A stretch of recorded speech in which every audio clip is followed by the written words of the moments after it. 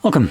In front of me I have the Marshall WOBURN III, and I'll be going over unboxing along with a quick look and overview of this speaker.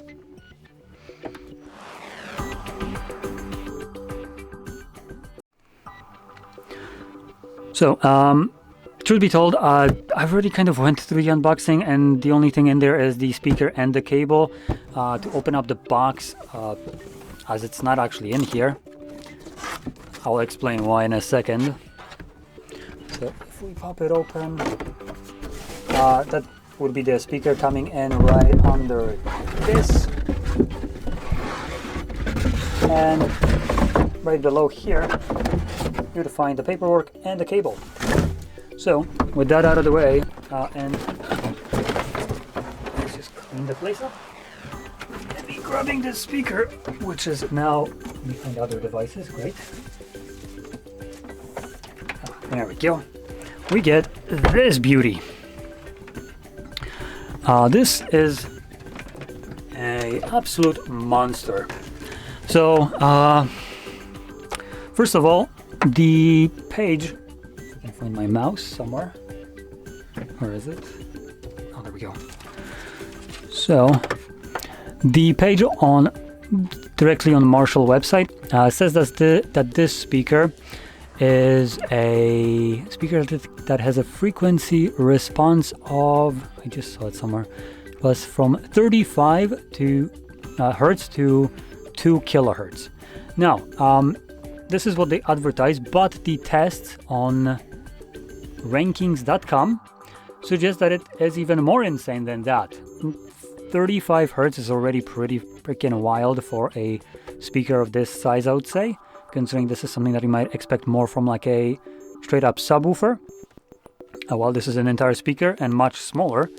But no, this device apparently, or speaker, goes down to 28 hertz, and from my like YouTube frequency test, I actually get it up to like 27 hertz. Now this is just mind-blowing for a device like this. And just to put it in perspective, other competition devices that kind of compete with this would be the JBL Act something. What was it? Not acoustic. Let me see. JBL Authentic. There we go. Authentic 500. So that would be basically a competitor to this one in terms of size and kind of design. But that speaker only goes down to 45 hertz. This gets 28. So that is pretty freaking insane for a speaker like that. And I don't know that the only downside of this, most Marshalls, as far as I can tell, at least at this one, there's a bigger one than this that does come with what I'm about to mention, but this does not have a battery. They also have the smaller version of this, which is the Acton 3, and that also doesn't have the battery, but there is, I believe it's Kilburn, that will be even bigger than this, and that one will have a built-in battery. Now when it comes on to the, just unplug it, to the speakers in here, we have a 190 watt Class D amplifier for the tweeter, or sorry, not tweeter, a woofer, two 15 watt Class D amplifiers for the mids, and two 15 watt Class D amplifiers for the tweeters. So yeah, this can output some serious sound. In terms of just loudness, it gets stupid loud. I don't even want to put it to like above half of it. That's already pretty loud. Other than that, the bass on here just drops harder than grandma down the stairs, and literally feels like it's shaking my soul, trying to rip it out of my body. So that's also pretty cool. And yeah, it's just honestly a fantastic speaker. Now, I've been playing around with it for the past like hour or so and enjoying it pretty much as much as I can for the short period of time that I'm going to be playing around with it. But I did own the Acton 3, and that is about half of the size of this. and that already also sounded freaking fantastic. Now, it wasn't as good as this. This is, I would say, as just a little bit higher class, but it was still pretty insane what a small speaker like that can do. Honestly surprising what it could do at half the size of this. It still outputted 45 to 2 kilohertz frequency response, so that was already pretty amazing for the size. It sounded fantastically, and again, the only downside, it didn't have the built-in battery. Now, when it comes down to these Marshall devices, this is the 3rd generation of them. And one of the things that they changed over the second one, at least, is this little flip right here, which I really do like. So normally on the previous ones, it was kind of in this up state, and then you would just flip it down and it would automatically snap it back up because it was just spring loaded. Here it's an actual switch, so when you flip it down to turn it on, it stays on, which is, in my opinion, a really nice feature. It's a plugged-in speaker. I don't care for it to be turning itself off to save power. It can stay on. If I will want to, I will just flip it off to turn it off myself. So this change right here is already fantastic.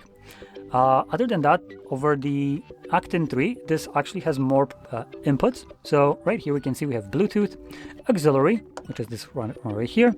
Then we have RCA and HDMI.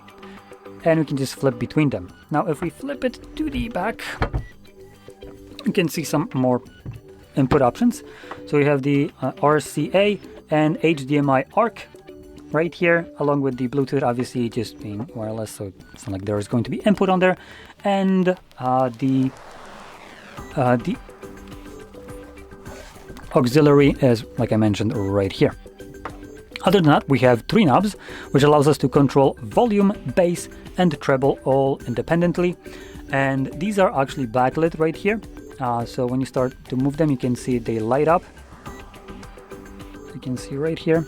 And cool thing is, if you have it connected to your PC or your phone,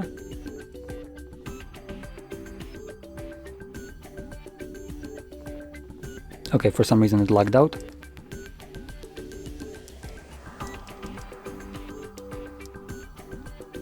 Okay, right now it doesn't want to connect. You just seen it move, but for some reason Samsung decided to be Samsung, so it's no longer showing it. I don't know why, but moving the volume right here obviously adjusts the volume on your phone, and same thing on the computer, and vice versa. Moving it on your phone will adjust it on the speaker, so you will see these little lights light up as they define how loud the speaker is.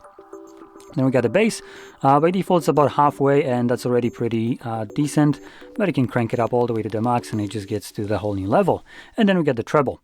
Next to that we have our media buttons. So we have forward, back, or forward, back, and then play and pause by pressing it. And that's basically everything that there is to it. Now just a quick little sound test. Let's just about something. Please don't blast me away.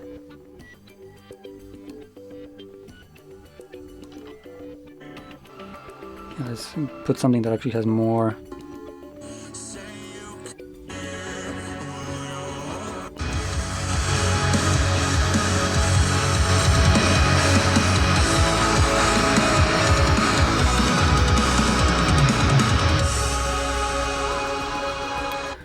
So I just wanted to give you like a very quick sneak peek. Don't want to get copyright strike for playing music, but you can hear it just sounds freaking fantastic. These speakers are just generally great. I probably am glazing them too much, but I've been using this, at least the Actin, and well, this for just a short time, and I had nothing but positive things to say about them. They are just freaking great. As a speaker that is relatively small and you can move it around, and it does need power. That is the only downside. I just absolutely love them.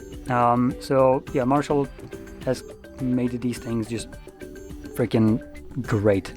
Like I said, I have nothing but positive things to say about these. So yeah, anyway, if you found this video helpful, don't forget to hit like, subscribe, and thanks for watching.